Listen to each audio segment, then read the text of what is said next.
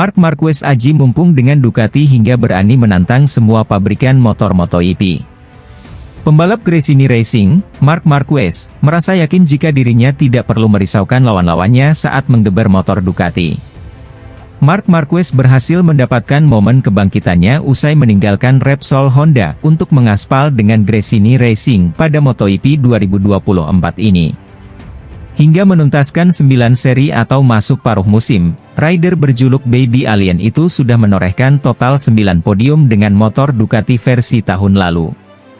Ya, jumlah tersebut didapatkan Marquez dengan 5 kali podium dari sesi sprint atau balapan mini dan 4 podium lainnya dari sesi balapan utama. Penampilan menjanjikan yang sebelumnya sudah ditunjukkan Marquez membuat tim pabrikan Ducati meminangnya untuk menjadi rekan Francesco Bagnaia musim depan. Rider berusia 31 tahun itu menyingkirkan Jorge Martin dari Pramac Racing dalam persaingan merebutkan satu tempat di tim pabrikan Italia tersebut. Selain kemajuan performa yang ditunjukkan, torehan 8 gelar juara dunia yang sudah didapat juga menjadi pertimbangan Ducati untuk merekrutnya. Dalam pengakuannya, Marquez sama sekali tidak menyangka bisa mendapatkan label sebagai rider pabrikan lagi pada musim depan. Pemilik nomor 93 tersebut menyebut sejatinya tim pabrikan Ducati bukanlah target utama dan bisa dibilang merupakan plan C. Tidak. Itu adalah opsi C, tetapi itu adalah opsi ketiga. Anda tidak menempatkannya di urutan kedua lagi. Tetapi ya, mengapa tidak, kata Marquez. Lebih lanjut, Marquez juga tak menampik selain Ducati ada pabrikan lain dari benua Eropa yang cukup kompetitif di kelas utama saat ini yaitu KTM dan Aprilia. Kedua pabrikan tersebut merupakan pabrikan yang mampu menguntit kecepatan Ducati yang sudah sama-sama berhasil mengantarkan pembalap mereka meraih kemenangan.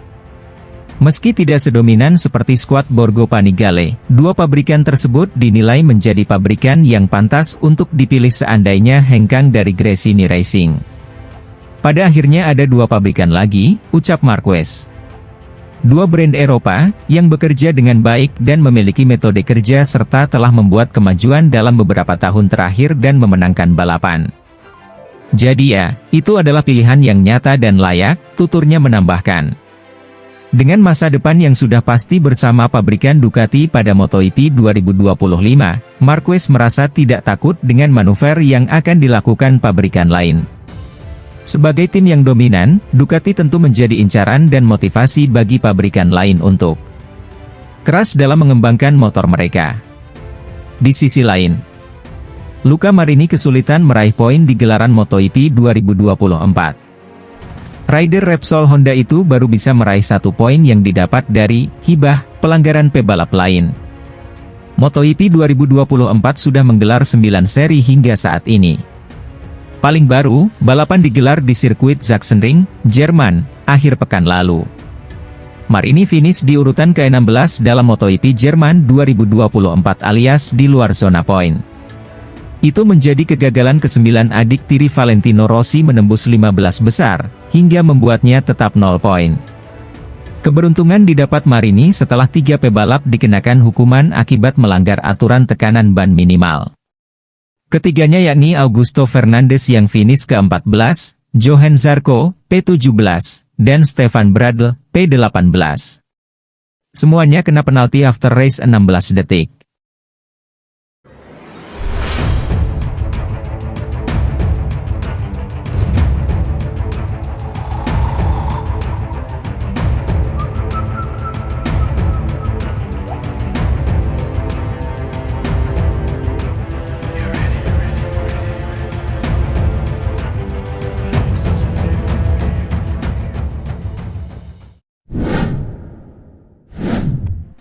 Pembalap Ducati menjadi salah satu sorotan utama, Minggu, dengan memenangi balapan utama Grand Prix Jerman.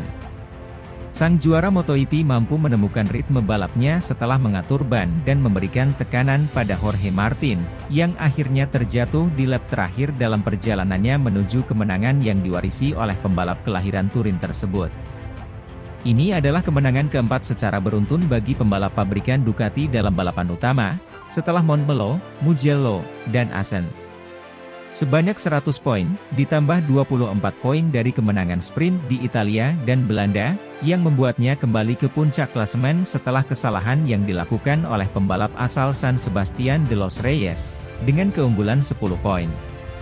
Sorotan lain diberikan kepada rider Italia ketika menghampiri tribun dan berbicara dengan beberapa anak yang menyemangatinya di barisan depan, ditemani Artur Vilalta, Kepala Komunikasi Tim Borgo Panigale.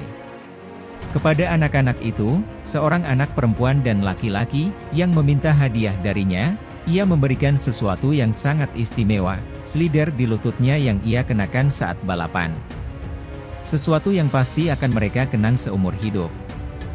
Setelah turun dari motor dan berbicara kepada media, pembalap nomor 1 ini menjelaskan mengapa ia melakukan hal tersebut. Berbicara kepada Sky Sport MotoGP, Bagnaia ingin memberikan sesuatu yang akan selalu diingat oleh para penggemar mudanya. Saya telah lewat sepanjang akhir pekan, dan saya melihat mereka telah menulis kepada saya, spanduk, yang meminta saya untuk memberi mereka sesuatu, tapi saya tidak ingin hanya memberi mereka topi, dan saya berjanji pada diri sendiri bahwa jika saya menang, saya akan membawakan mereka slider, katanya. Itu tidak mudah, karena itu adalah balapan yang cukup panjang, tetapi saya melihat wajah gadis kecil itu dan dia sangat senang, jadi saya sangat senang. Bagnaia pergi berlibur dengan gambar yang begitu istimewa, yang menunjukkan kualitas kemanusiaannya. Perlu juga diingat bahwa pembalap Piemonte itu akan kembali dari liburannya dengan membawa perubahan dalam hidupnya, karena selama liburan musim panas ia akan menikahi pasangannya, mengakhiri masa lajangnya. Di sisi lain, Morbidelli harap bisa berkiprah dengan VR46. Langsung lolos ke Q2, berada di baris kedua grid dan kemudian kelima di akhir sprint dan balapan utama, dengan pertarungan untuk meraih kemenangan membuat Franco Morbidelli kembali menjadi sorotan di MotoGP Jerman. Namun, bukan hanya penampilannya yang menarik perhatian, karena pembalap Italia ini adalah salah satu yang paling banyak dibicarakan menjelang 2025. Setelah nama-nama besar, pembalap Pramac harus membayar mahal untuk beberapa tahun terakhirnya yang sangat rumit, antara cedera dan kesulitan serius di Yamaha. Meskipun demikian, Morbidelli mendapat dukungan dari grup VR46, karena ia salah satu ikon akademi milik Valentino Rossi setelah jadi orang pertama yang menyegel juara dunia, di Moto2, pada 2017, dan kemudian naik ke kategori MotoGP dan menjadi pemenang di sana. Meskipun ada keinginan untuk tidak hanya menjadi perpanjangan tangan dari akademi, tim VR46 tetap memiliki hubungan yang erat dengan para pembalapnya. Sepertinya, sekarang saat yang tepat bagi Morbidelli untuk pindah. Struktur yang dikepalai oleh Uccio Salucci ini sedang dalam proses meresmikan Fabio Di Giannantonio sebagai bagian dari kesepakatan baru dengan Ducati.